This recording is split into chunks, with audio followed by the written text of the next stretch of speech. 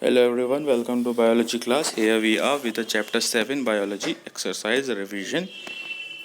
All these answers you got on the live class in the Teams app. I hope you have understood it. We are going through this revision once more. In case you have not understood any answer, we will go through this here. So we will have page number 104, think zone. Question is, floods cause a lot of damage to the human lives. After flood, the people living in affected area face many disease. So what is the reason after the flood a lot of diseases, a kind of disease outbreak is happening? Reason is the disease is spread due to the contaminated water of the flood. In the flood, the water is not neat and clean. It is affected by various kind of pathogens. It contains various pathogens and they are a source of spreading various diseases. That is why after the flood many waterborne diseases are happening, are taking place in the human beings. The people who are living there become sick very easily. Page 106 questions are given. We will refer to these, answer the following question. Here we will move further. Let me move there. Here we'll move to the question that is given, what is a disease, what are the types. So what is a disease? Any functional, physical or functional change from the normal health condition. So if there is a change, physical change or functional change. Physical, any change means our body part is getting injured. Functional change means our body organs are not functioning properly. So if this kind of change causes discomfort and affects the health, it is a disease. And the disease are categorized into two parts. One is congenital disease and second is acquired disease. Question 2 now, name the pathogens responsible for communicable disease. Four categories are given: bacteria, viruses, protozoa and worms. Question 3 now, which type of pathogen is responsible for influenza? Answer is viruses.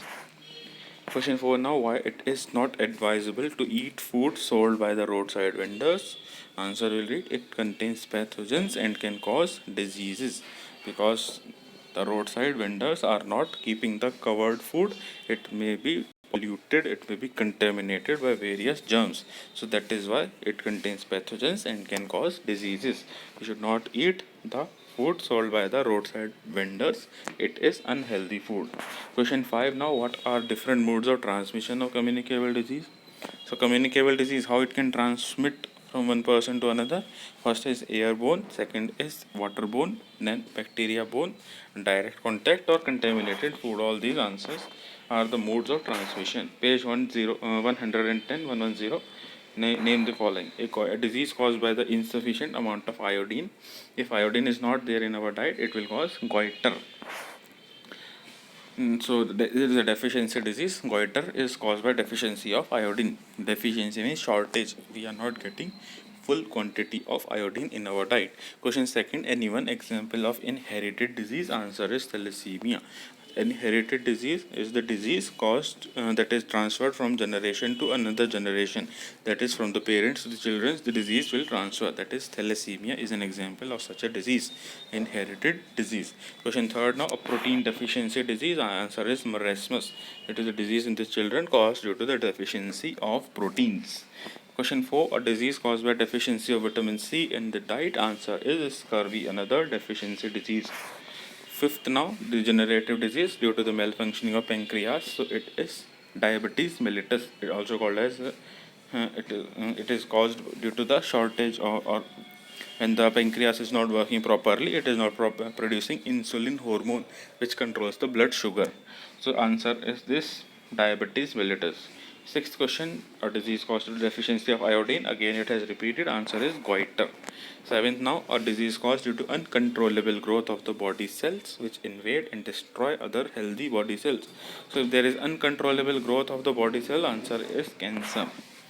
Eighth now, a disease caused by the malfunctioning of the kidneys. It is uremia. Page number 113. Answer the following questions. Number 1. Why is it called that hygiene is a practice of good healthy habits? Answer is because it involves keeping clean, eating balanced diet, sufficient exercise and sleep. So that is why it is a practice of good healthy habits. All these habits should be followed by us in our day-to-day life. It will keep us healthy.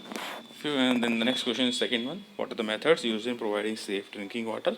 So for safe drinking water you can use the methods like chlorination, sedimentation, boiling or water purifiers. Any one of these methods may be suitable for us. Next now question number 3. Name some important social services provided by the local municipal corporation. So these are the social services. First is gardens and parks, vaccination booths and hospitals. C. Family planning and child health care centers.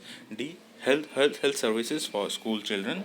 And E. Environment control centers. All these are the social services that are important for the social hygiene of the society. Next question now, fourth. Now, what do you understand by vermicompost? Vermicompost is the compost that is prepared by worms, that is earthworms. How it is done, you can see the previous video of the explanation of this chapter. You can understand from there.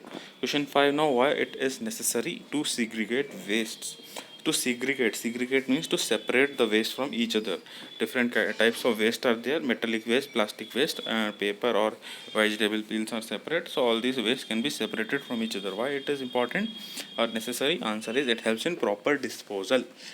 We can dispose the same type of substance or waste material in a safe place according to the nature of that particular waste item. Question 6 now, recyclable waste fall under which category of the waste? Recycled ones are called as biodegradable wastes. Page 114, that is 114. Select the correct option. First is cholera and typhoid are waterborne disease. Answer is waterborne disease. They spread through contaminated water. Second, now communicable disease are caused due to that is all of them. All of the options are correct in this part. Then third one again, how can you remain healthy? It is also all of them is correct here. All options are correct in this. Fourth now, which is spread by droplet infection, common cold is the answer. Fifth one now, the responsibilities of local municipal health authorities include all of these. All options given are correct. Fill in the blanks. Now, solid waste is called as refuse. Answer is refuse. Next, a healthy person always feels energetic.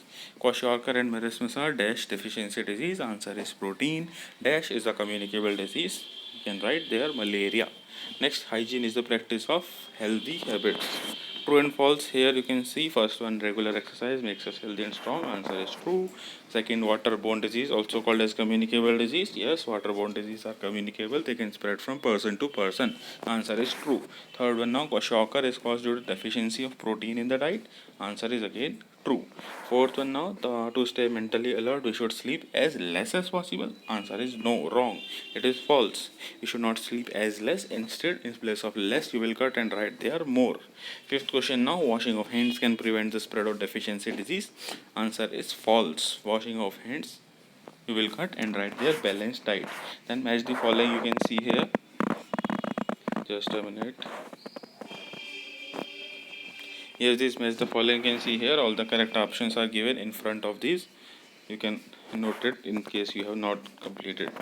So now we'll move to the odd one, scientific reasons. Here only the correct answer is written and its cause or the scientific reason is given alongside. Next, give reason. We should cover our mouth and nose. Why is it so? It prevents the spread of communicable disease. Second question, we must wash our hands thoroughly before eating.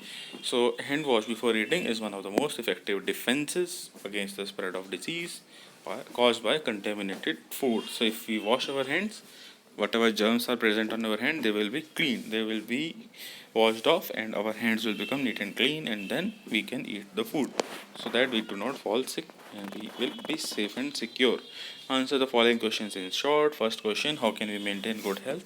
Answer is simple, by taking a balance. We can maintain a good health by taking a balanced diet, regular exercise, keeping personal and social hygiene. All these things if we follow, we can maintain a good health. Second, now define the term disease. What is the definition of disease? They are asking an abnormal condition of an organism which interrupts the normal body function. Interrupts means it stops the body function. So if there is any kind of abnormal situation by which the normal body functioning is affected, it is called as a disease. Third, now name two examples of non-communicable disease. Answer is heart attack and cancer. Fourth one, now list two diseases spread by insects. Answer is malaria and dengue. And fifth one, name two diseases caused by bacteria and protozoa. The names are given. Bacterial disease are cholera and typhoid. Protozoa diseases are malaria and sleeping sickness. Next now question 6, what is a deficiency disease? The disease caused due to the lack of one or more nutrients in the diet. If you are not getting proper diet, if you are not having a balanced diet, then it causes deficiency disease. One or more than one nutrients will have a deficiency. We will have a shortage of the nutrients in the body, and due to that lack of a particular nutrient, disease will develop called as deficiency disease.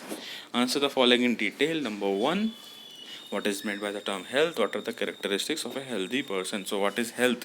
Health is a state of complete physical, mental, social well-being, and not merely an absence of disease. That is the definition. So if we are physically, mentally, and socially fit and fine, we should be socially fit, we should be mentally healthy, and also we should be physically healthy. It should be called as health. It is just not the absence of disease. If we are mentally, physically, and socially healthy, then only it is called as a state of health. What are the characteristics? We will read second line. The characteristics of a healthy person are pink nails. The color of the nails should be normally pink only. Next, pale yellow urine, that is the normal color of urine. Then heart rate should be normally 70 to 75 minutes per minute. This many times heart beating should be there every minute. Next, elastic skin. So all these are the properties or characteristics of a healthy person. If there is any variation in this, then the person may be having some disease.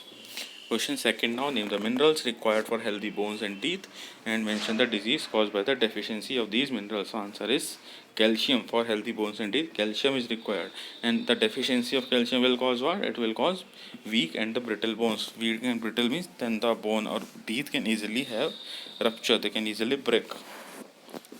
The bones can easily fracture.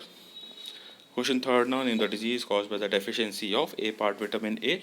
Answer is night blindness, and vitamin B answer is beriberi. If we have a deficiency of these nutrients, it will cause the disease. How does tuberculosis spread? We are reading the question 4. What are the symptoms of this disease? Answer will read, tuberculosis spreads through the air and when an infected person coughs or sneezes. So whenever any person or any patient of tuberculosis is having cough, or that person is sneezing openly in the air, then the droplets will release into the air, and the other healthy people who are around that person, around that patient, they will also get those droplets, and they will also get the infection, and they can be suffering from tuberculosis in the near future. What are the symptoms now here? Acute cough, fever, and weight loss. These are some of the symptoms of tuberculosis. It is a bacterial disease infection. Point or question number 5 now, social hygiene is equally important and as personal hygiene give reason. So what is in the personal hygiene? Will read, it involves, personal hygiene involves keeping ourselves clean, our body should be clean, eating a balanced diet. So all these are personal hygiene, etc. Whereas social hygiene includes provision of safe drinking water, safe dispersal of garbage. So all these are also there in the social hygiene. Both are necessary for preventing the disease. Our own body should be neat and clean, that is personal hygiene, and our surroundings should also be clean, that is social hygiene. So both are important for preventing the disease. If we only keep our body clean and our surroundings are very dirty, then there is no surety that you will not fall sick. So we should be careful of both the things. Our body should be neat and clean, and also our surroundings also should be neat and clean. We have an active role to play in both of these. So don't simply we should not simply feel that if we keep ourselves neat and clean, and our responsibility is over. It is not so. It is the duty of each and every one of us to keep our surroundings also neat and clean. So that is what is called as social hygiene. Both are important. Question number 6 now, list the various steps involved in prevention of disease. First now, we can prevent disease how? First point, we should do at least 30 minutes of exercise, that should be done. Second, daily bath keeps skin free from disease causes. Regular, you have to take bath every day. Third point, we should wear clean clothes always to prevent any kind of infection. Fourth one now, we should wash our hands frequently. And fifth, we should eat a healthy and balanced diet that keep us fit. So all these simple points, if you follow, you can remain healthy for a long time. Differentiate between these points are given. You can refer from here: communicable and non-communicable, biodegradable and non-biodegradable. Then we have these things critically. First one, and second one, both are given here. You have to identify the disease. So that is all for this video. We have completed the chapter 7 exercise. Still any doubts in the question answers or any other doubt is there, you can post your queries in the comment section below, or you can use the personal chat in the Teams app and send me the message directly. You can ask from me. That is all for this video. These videos were only for reference. As I said, you have been given these answers already in the live classes. In case you have not understood, we have made an attempt to make you thorough in your understanding with these concepts. That is all for this video. Thank you everyone.